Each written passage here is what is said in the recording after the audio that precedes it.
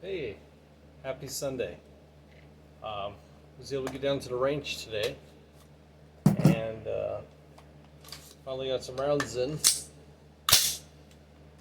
And I have made a video in a while, so I need to update somewhat.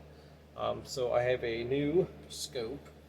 It's an lpvo, low power variable optic, and it is a Monstrum Tactical 1x6 G3 30mm 2.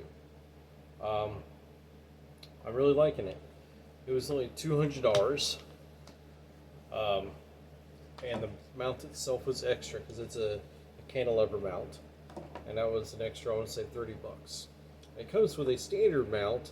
Its two rings are Picatinny, quick detach via screw. Way too thick, and it really brought the scope back to like here. So your adjustment went way out, and I'm not really a huge guy, so the more I can go in on the stock, the better. Be careful when it comes to your mounts and your scopes. I did not know this, but apparently the one I'd ordered was the wrong one. It was a 1-inch diameter. The one I have now is a 30mm. So the 1-inch is going to be smaller than 30mm. So check your specs when you're ordering things, of course. Make sure you get the right one. I got the situation taken care of and haven't had a problem.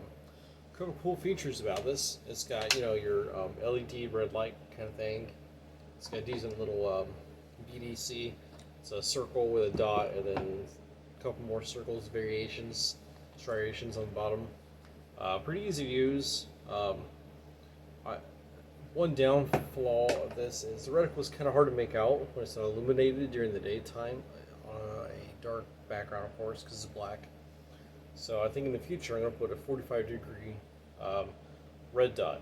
And I'm not trying to be tactical or anything, but it's easier to pick that up on versus the 1 power or anything closer than 100 meters. So that'll be in the future to add on to that. But right now I'm getting by pretty good. Scope's not too bad. It's pretty clear for the price you're paying. It's not a Neotech Voodoo or Trojicon whatnot 10 power. It's not even a Primary Arms Platinum series. But for the entry level budget guy, for what you're getting, it's not a bad deal.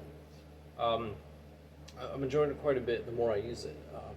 It's different for me to get my eye in the box and cheek weld because it's a scope. I'm used to more like iron sights or red dots, so it throws me off a little, but that's just training issue, and I can get over that.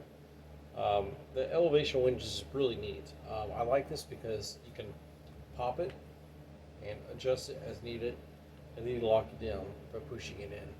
So you can't turn it unless you pull it out on either side, so it locks. I really like that. That's awesome.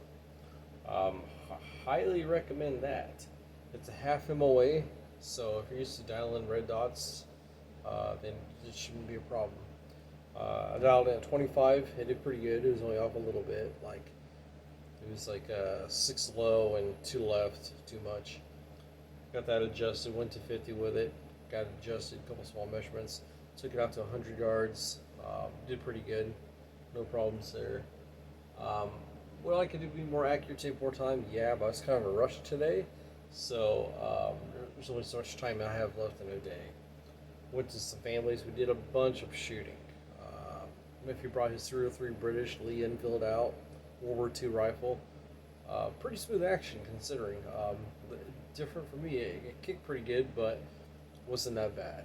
So that was pretty awesome. My nephew had my older nephew had a CZ. My younger nephew's in the Air Force. He brought his SIG 365. I brought my Glock and car. The girlfriend brought her Smith & Wesson M&P. The brother-in-law, he brought his what does he have? A Springfield. So all kinds of pistols were brought out today in shooting.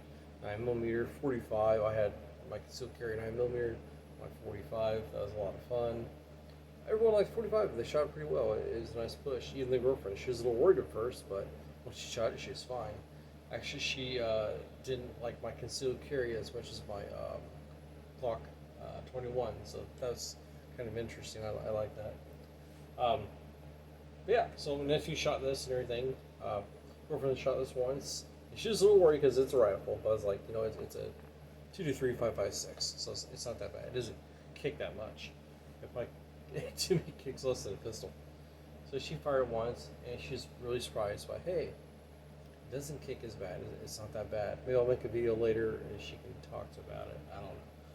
But so I was pleased with that, and she was pleased with it. And I still her straighten out her shoulders and feet alignment in the middle of that to get a good sight picture and stance.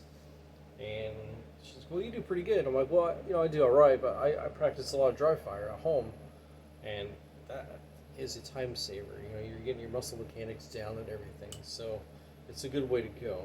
But going back to the scope, I really enjoying it. It's doing pretty good. I'm doing some training every other weekend or so with some dudes. So we're going to the woods and doing some drills, and we're using these Appleseed targets. I don't know if you've ever heard of them, but there's like 4 targets. There's a upper shoulder human silhouette, and there's like a little one. It's at 25 meters. You're supposed to do this. It's about this size standing. Another one slightly smaller at kneeling. Then a smaller one prone, and then even smaller one at prone. So it's supposed to simulate 1, 200, 300, 400 meter shots. And if you think you're a good shot, try that. I'm all right, but I try those targets. It's called Appleseed targets. Those will humble you. I'm pretty sure. I mean, I'm no Carlos Hathcock, but I do all right. But amazing stuff there. So yeah, if you can print out those targets, highly recommend it. And it saves you ammo because you only take 3 or 5 shots per target. So you can use not even a full magazine. You could use 1 magazine to do 2 targets. So that's kind of a nice ammo saver there. And you're still getting some good training in. My weakest part is probably standing. It's a little tricky, so I have to use my sling. Kneeling is different for me. I'm not used to kneeling. So I'm using my strong leg forward and my support leg back. It's different. Prone's pretty good, but this is stuff we should be doing right now, guys, especially with the world being so uncertain the way it is.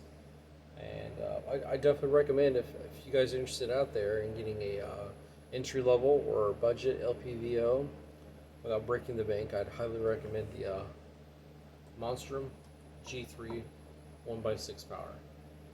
And I'm pretty well pleased with it. And on a safe note, be careful everyone out there in the world. There's a lot of crap going on. And let's hope the Kenosha kid gets a break, gets out of his troubles. Have a good one.